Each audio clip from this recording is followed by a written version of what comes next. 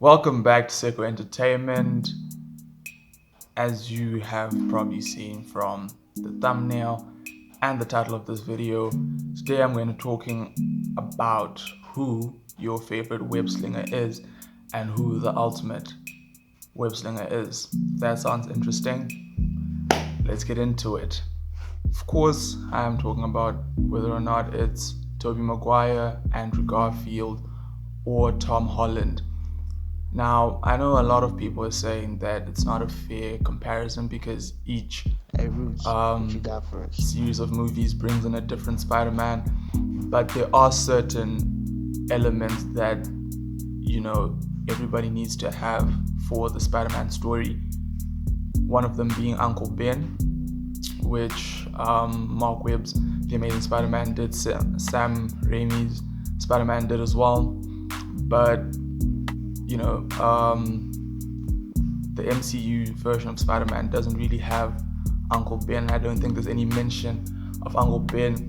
That kind of got to me because, the whole reason Peter ended up really taking care of the neighborhood was because Uncle Ben died and he had given him that speech that everyone knows.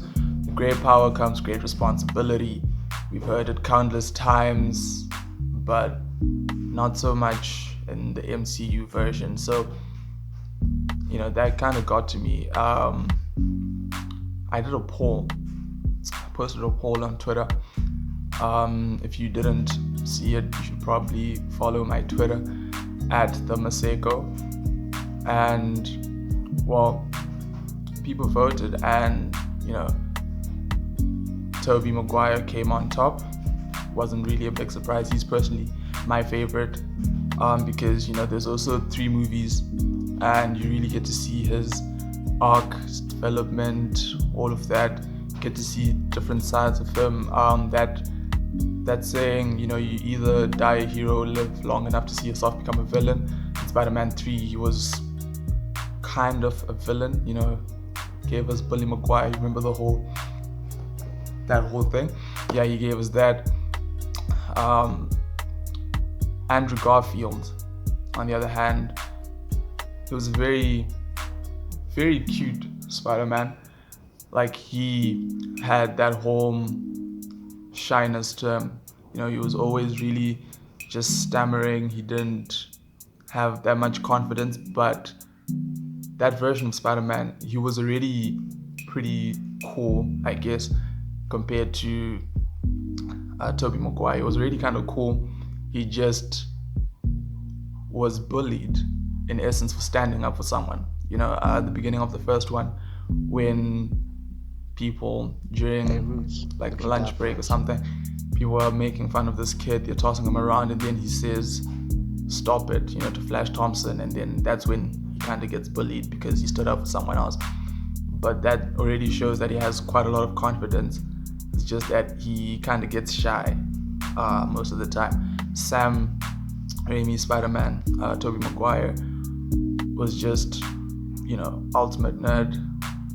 Didn't really have friends, no one to talk to. He was shy to talk to MJ, even though he had lived right next door to her for so many years. Yeah, Tom Holland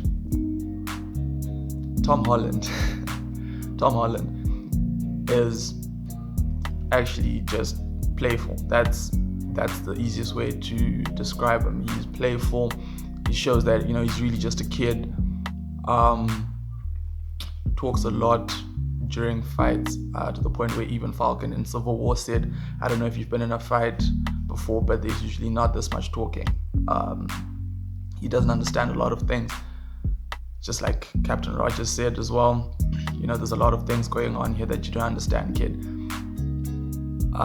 But still no sense of Uncle Ben being in there, no sense of the great power comes great responsibility speech, etc. But all 3 are still very good. Different elements, of course, they make the story better. You get to see a different side.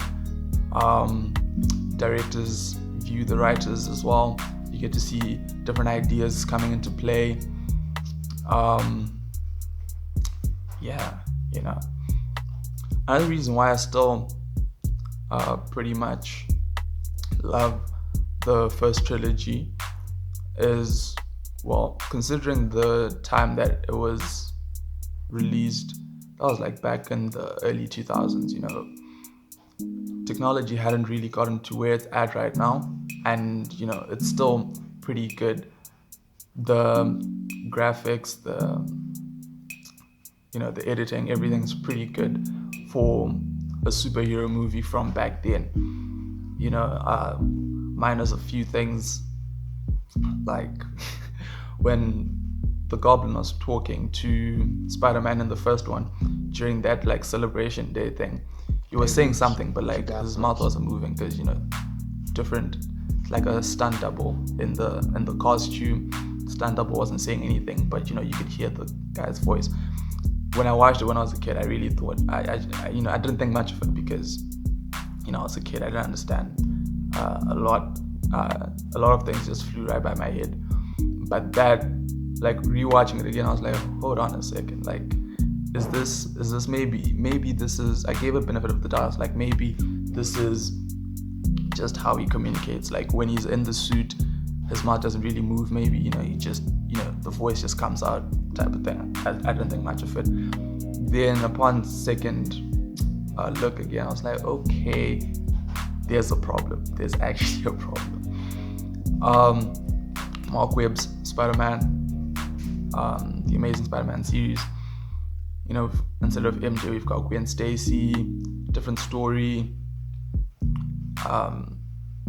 Very, very, very cool, but also there was too much focus on Peter's parents. Like before this series of movies, I had actually never really wondered about Peter's parents. It was more, you know, Uncle Ben, Aunt May, and now started putting the question, okay, what actually happened to his parents? But do I need to know what happened to his parents? Because then we're focusing, you know, there's too much